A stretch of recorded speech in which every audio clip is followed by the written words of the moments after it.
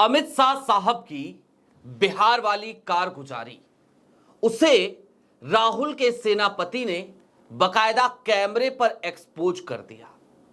और इसके साथ ही साथ दिल्ली में कल की तारीख में जो ब्लास्ट हुआ, उस ब्लास्ट के बाद भले ही अमित शाह साहब वहां पर पहुंच गए हों, लेकिन सवाल तो यह पूछा जाएगा कि इस देश के गृह मंत्री वो लगातार बिहार चुनाव में व्यस्त थे और ऐसे में इस देश में इतनी बड़ी घटना हो जाती है। नरेंद्र मोदी जी, देश के माननीय प्रधानमंत्री, जो खुद को चौकीदार कहते हैं, वो प्रधान चौकीदार ब्लास्ट पर 2 शब्द लिखने के बाद देश से रवाना हो जाते हैं। जबकि ये मुख्यमंत्री थे तो ये क्या कहा करते थे, आज जरा वो भी आपको सुनवाएंगे। बहुत सारी चीजें हैं, लिहाजा सारी बातें जरा विस्तार से। नमस्कार, मैं स्वप्निल और आप मुद्दा देख रहे हैं। दोस्तों, आगे बढ़ें उससे पहले वही छोटी सी अपील। मुद्दा इन दिनों एक गंभीर आर्थिक संकट से जूझ रहा है। एक तरफ हमारे मेन बैंक अकाउंट्स फ्रीज चल रहे हैं, तो दूसरी तरफ हमारे 2.5 साल पुराने चैनल को हमसे लंबे समय तक छीन कर रखा गया था। ऐसे में डे टू डे ऑपरेशंस में मुद्दा को काफी मुश्किलों का सामना करना पड़ रहा है। लिहाजा आपसे गुजारिश है, यदि आप चाहें, यदि आप सक्षम हो, तो छोटी छोटी मदद मुद्दा की जरूर कीजिएगा। इसके लिए आप स्क्रीन पर दिख रहे QR कोड या फिर के नीचे दिख रहे UPI नंबर का इस्तेमाल कर सकते हैं। आगे बढ़ते हैं और सबसे पहले जरा कल की उस दर्दनाक भयावह घटना को याद कीजिए। देर शाम को खबर आती है कि दिल्ली के लाल किले मेट्रो स्टेशन की पार्किंग में एक ब्लास्ट हुआ है। शुरुआती जानकारी होती है कि एक व्यक्ति की मौत हुई है हादसे में, फिर धीरे धीरे आंकड़ा बढ़ने लगता है। वो 1 से 8 तक पहुंचता है, अभी 11 तक पहुंचा है। आंकड़ा और कितना जाएगा इसकी फिलवक्त कोई जानकारी नहीं है। हालांकि दैनिक भास्कर के रिपोर्टर्स के कैमरों पर वहां के चश्मदीदों ने आंकड़ों के बारे में जो कहा है वो निश्चित तौर पर डराने वाला है।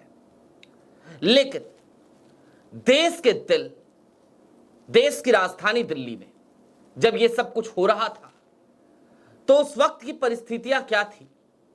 परिस्थितियां ये थी कि बिहार में चल रहे थे चुनाव और शाह साहब वहां डेरा जमाए बैठे थे। और जहां डेरा जमाए बैठे थे शाह साहब, जहां पर वो मीटिंग्स कर रहे थे, ना जाने कौन सी सीक्रेट मीटिंग्स, ना जाने कौन सी गुप्त मीटिंग्स। और गुप्त मीटिंग या सीक्रेट मीटिंग क्यों? क्योंकि जो CCTV फुटेजेस हैं वो कैप्चर ना हो लिफ्ट्स के, इसलिए पेपर लगाए जा रहे थे लिफ्ट्स पे। अब मैं चाहता हूं, राहुल के सेनापति वहां पर थे, यानी कि पवन खेरा। उन्होंने पहले एक PC में यह बात कही थी और अब तो उन्होंने खुलकर एक वीडियो जारी कर दिया। PTI के कैमरा पर्सन को लिफ्ट में बुला लिया। आप देखिए क्या कहते हैं पवन खेरा, क्या दिखाते हैं पवन खेरा। एक्सप्लेन कीजिए। फोन पीछे कर थोड़ा सा भाई, फोन एक्सप्लेन बताइए। हम लोगों ने भी बहुत सरकारें चलाई हैं। कभी देखा आपने कि CCTV, जो कि पब्लिक प्लेस है, CCTV कवर कर दिया जा रहा है कि उनके गृह मंत्री यहाँ है? किससे मिल रहे हैं भाई? छिप छिप कर गृह मंत्री। देखिए ये रहा आपका CCTV। ये तो होटल मैनेजमेंट का है ना इशू, होटल मैनेजमेंट का इशू। होटल मैनेजमेंट पे तो दबाव डाला होगा ना, ऐसे थोड़े होटल मैनेजमेंट का। अभी दोपहर को जब गृह मंत्री नहीं थे तो ये खुला था, अब ये क्यों बंद किया गया? होटल में और लोग भी रह रहे हैं, सबकी सुरक्षा का सवाल है। अगर गृह मंत्री को इतनी ही छिप छिप कर मीटिंग्स करनी है तो कहीं और जाकर रहे हैं, राजभवन में जाकर रहे हैं। राजभवन तो वैसे भी इन्हीं के हाथ में खेलते हैं। ये क्या हाल बना रखा है? देखिए ये है CCTV कैमरा। भाई अंदर आके ले लीजिए, आओ अंदर आ जाओ। जी हाँ, देखा आपने, पवन खेरा ने लिफ्ट में जो पेपर लगा था CCTV पर वो दिखा दिया सबके सामने। जब देश के गृह मंत्री को चुनावों की ही चिंता हो, जब देश के गृह मंत्री कम और भारतीय जनता पार्टी के स्टार प्रचारक की भूमिका में ज्यादा नजर आए, तो जाहिर सी बात है उस दरमियान अगर ऐसी घटना होगी तो सवाल पूछे जाएंगे, पूछे जाने चाहिए। मुंबई हमला याद है आपको? मुंबई अटैक के बाद कपड़े बदलने की वजह से शिवराज पाटिल साहब का इस्तीफा हो गया था। तत्कालीन गृह मंत्री हुआ करते थे। आज की तारीख में यह एनडीए की सरकार है, भारतीय जनता पार्टी की सरकार है। राजनाथ सिंह का एक बयान खासी चर्चाओं में रहता है कि यह एनडीए सरकार है, यहां इस्तीफे नहीं होते। क्यों नहीं होते? होने चाहिए, बिल्कुल होने चाहिए, नैतिकता के आधार पर हो जाने चाहिए। खैर, ये बातें तो होती हैं गृह मंत्री के लिए, लेकिन अब जरा गृह मंत्री से आगे बढ़ते हैं और अब चलते हैं देश के प्रधान सेवक, प्रधान चौकीदार यानी कि प्रधानमंत्री नरेंद्र मोदी की तरफ। आज की तारीख में प्रधानमंत्री नरेंद्र मोदी देश में नहीं है। ब्लास्ट हुआ, अब तक कोई प्रेस कॉन्फ्रेंस तो वो वैसे भी नहीं करते, कोई मीडिया बाइट नहीं। एक ट्वीट उन्होंने जरूर किया, एक कोरम जरूर पूरा किया और कोरम पूरा करने के बाद वो हमेशा की तरह भूटान की यात्रा पर निकल गए। लेकिन यही प्रधानमंत्री जब मुख्यमंत्री हुआ करते थे, जब मनमोहन सिंह इस देश के प्रधानमंत्री हुआ करते थे, तो क्या कहा करते थे? मुंबई हमले के बाद मुंबई पहुंच गए थे माननीय मुख्यमंत्री, तत्कालीन मुख्यमंत्री नरेंद्र मोदी जी। देखिए वो क्लिप। कल प्रधानमंत्री जी का राष्ट्र के नाम जो संदेश था, कल मैंने भी मीडिया का माध्यम से अपनी भावनाओं को प्रकट किया था, लेकिन देश को प्रधानमंत्री से बहुत कुछ अपेक्षाएं थी। कल राष्ट्र के नाम उनका संदेश निराशाजनक रहा। पहली बार पाकिस्तान ने समुद्री मार्ग से आतंकवाद के ऑपरेशन का कारण बना है। मरीन पुलिस पहले तो मछुआरों को ले जाती थी, जेल में बंद करती थी, लेकिन बोट दे देती थी। अभी वहां की मरीन पुलिस हमारी बोटों को रख लेती है। और मैंने 1 साल पहले कहा था कि हमारी जो बोट ले जा रहे हैं, उस बोट का देश के खिलाफ दुरुपयोग होगा, देश के खिलाफ नुकसान होगा, और इसलिए ऐसी बोट का वापस ले लेना जरूरी होता है। और जो आशंका मैंने प्रकट की थी, वह दुर्भाग्य से आज सच बन के निकली है। पाकिस्तान की मरीन पुलिस हमारे मछुआरों को, हमारी बोटों को उठा कर ले जाती है और इस प्रकार के हिंदुस्तान पर हमला करने के लिए उसका उपयोग किया जा रहा है। ये कितना बड़ा गंभीर मामला है, ये अंतर्राष्ट्रीय समुदाय को भी इस पर गंभीरता से सोचना पड़ेगा। ये भी साफ नजर आ रहा है कि आतंकवादियों ने US citizen, British citizen, Israel के नागरिक को प्रमुख तौर पर टारगेट बना करके इन जगहों को पसंद किया है।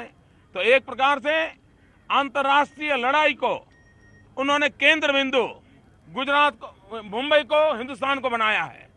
और इस गंभीर बात को भी देश को लेना होगा। मैंने प्रधानमंत्री से आग्रह किया है कि तत्काल सभी मुख्यमंत्रियों की मीटिंग बुलाएं, कोस्टल स्टेट की एक अलग मीटिंग बुलाएं और समुद्री तट को और अधिक सुरक्षा प्रदान करने के लिए नेवी हो, कोस्ट गार्ड हो, उनको स्ट्रेंथन करने की भी कोई रणनीति बनानी पड़ेगी। बहुत बहुत धन्यवाद। ये क्लिप तो आपने देखी, लेकिन इसके अलावा एक और क्लिप है और इस क्लिप में तो बकायदा जिम्मेदारी का ऐसा लगा जैसे मुख्यमंत्री, बतौर मुख्यमंत्री जिम्मेदारी क्या होती है प्रधानमंत्री की, इसका पूरा एहसास है।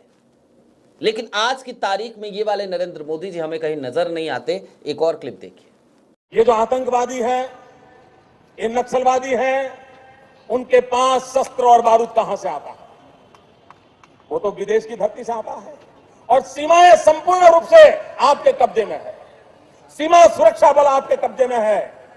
जो आपके कब्जे में है उसको तो संभालो, और जो विदेश से बारूद आता है, शस्त्र आते हैं, आतंकवादियों के पास पहुंच जाते हैं, उसको तो रोको। जवाब नहीं है।